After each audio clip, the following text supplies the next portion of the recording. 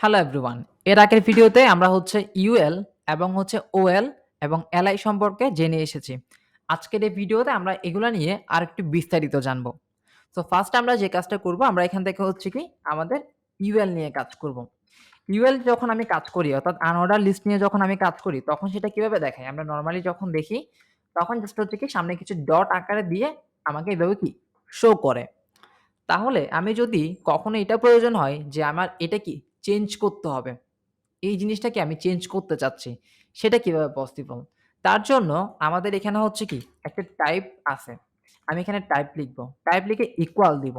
Equal দেওয়ার পর আমাদের এই HTML এর মধ্যে কিছু ভ্যালু আছে এগুলার জন্য। যেমন আমি যদি ডিক্স দিই, DISC, এবার যদি দিই রিলোড, কোনো চেঞ্জ পাবো না। কারণ ডিফল্ট ভাবে এই ডিস্ক মানে এই জিনিসগুলা। এবার আমি যদি তাকে এটা চেঞ্জ করে বলি যে তুমি এখানে দেখাও, আমাকে সার্কেল দেখাও। সার্কেল। এবার যদি সেভ করি অ্যান্ড রিলোড দিই, এখন দেখবো আগের চাইতে কিছু একটা চেঞ্জ আমরা পেয়েছি। আগে জিনিসটা কি থাকতো? পুরোটাই ব্ল্যাক কালারের। এখন কি হচ্ছে?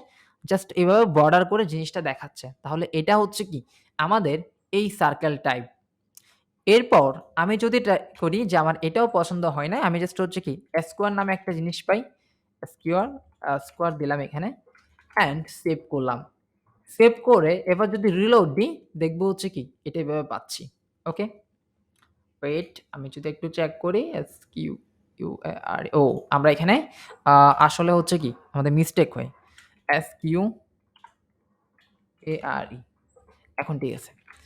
রিলোড, এখন দেখি যদি এটা আমার স্কোয়ার আকারে চলে আসছে একটা বক্সের মতো করে, এই যে। তাহলে এভাবে আমি এটার টাইপটা দিতে পারি। লাস্ট আরেকটা টাইপ আছে যেটা আমাদের বিভিন্ন সময় কাজে লাগবে। নান। নান মানে কিছুই না। আমার কোনো ধরনের ডিজাইন এরকমভাবে লাগবে না, কোনো টাইপই লাগবে না, তুমি নান করে দাও। রিলোড দিলাম, নান।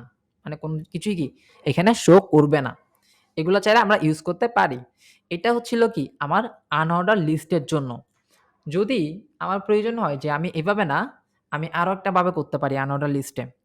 তো আনঅর্ডার লিস্টে এখানকার কিন্তু ভ্যালুগুলা আমার ভ্যালু সেম থাকবে। বাট আমার HTML আমাকে আরো একটা জিনিস দেয় যে আমি যদি এখান থেকে প্রপার্টি একটা ইউজ করি, এটা এখান থেকে তুলে দিই। এটা তুলে আমি বলব আমার লিস্ট স্টাইল। প্রথমত এখানে একটা অ্যাট্রিবিউট থাকে, সেটা স্টাইল। এই অ্যাট্রিবিউটের ভিতরে আমার একটা প্রপার্টি লিখতে হবে যার নাম লিস্ট স্টাইল টাইপ। এতটুকু লিখে যদি আমি ওই আগের মতো ভ্যালুগুলা দিতে থাকি, square wait q save and reload. এখন আগের ভ্যালুটাই আমরা পাচ্ছি না? হ্যাঁ। এরপর যখন আমি বলবো সার্কেল, তখন সে আমাকে দিবে? সার্কেলটা দিবে। তাহলে এভাবেও চাইলে আমরা চেঞ্জ করতে পারি। আমরা সাধারণত টাইপ দিয়েই করে ফেলি, কারণ টাইপটা শর্টকাটে হয়ে যায় কাজটা। বাট যদি আপনাদের এটা প্রয়োজন হয় তাহলে এটাও আপনারা ইউজ করতে পারবেন। তাহলে এটা গেল আমাদের আনঅর্ডার লিস্টের ক্ষেত্রে। এবার আসি যেগুলো অর্ডারে থাকবে, মানে কোনো একটা নাম্বারে শো করে এরকম টাইপের জিনিসগুলাতে।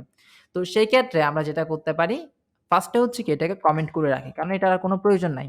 আমরা এখান থেকে এবার এটাকে দেখি। এখানে আমি এবার বলবো তাহলে টাইপ। তো ফার্স্ট টাইম এটার টাইপ কি থাকে? সোজা কথা, এটার টাইপ থাকে এরকম 1 2 এভাবে। রিলোড দিলে দেখবো 1 2 এভাবে দেখাবে আমাকে।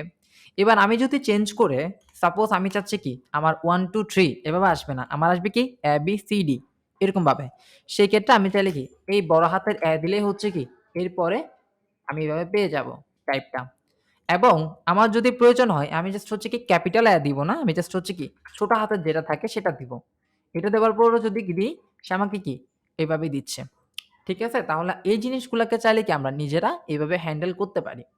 এবং আমার যখন প্রয়োজন হবে আমি জাস্ট রোমান সংখ্যা বলি না, এই জিনিসগুলাকে এভাবেও চাইলে আমি দিতে পারি।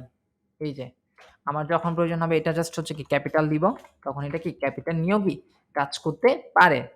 তাহলে এভাবেই আমরা প্রতিটা জিনিস আমাদের ইচ্ছামতো লোয়ার কেস, আপার কেস যেভাবে প্রয়োজন, যখন প্রয়োজন এভাবে আমরা হ্যান্ডেল করে থাকব।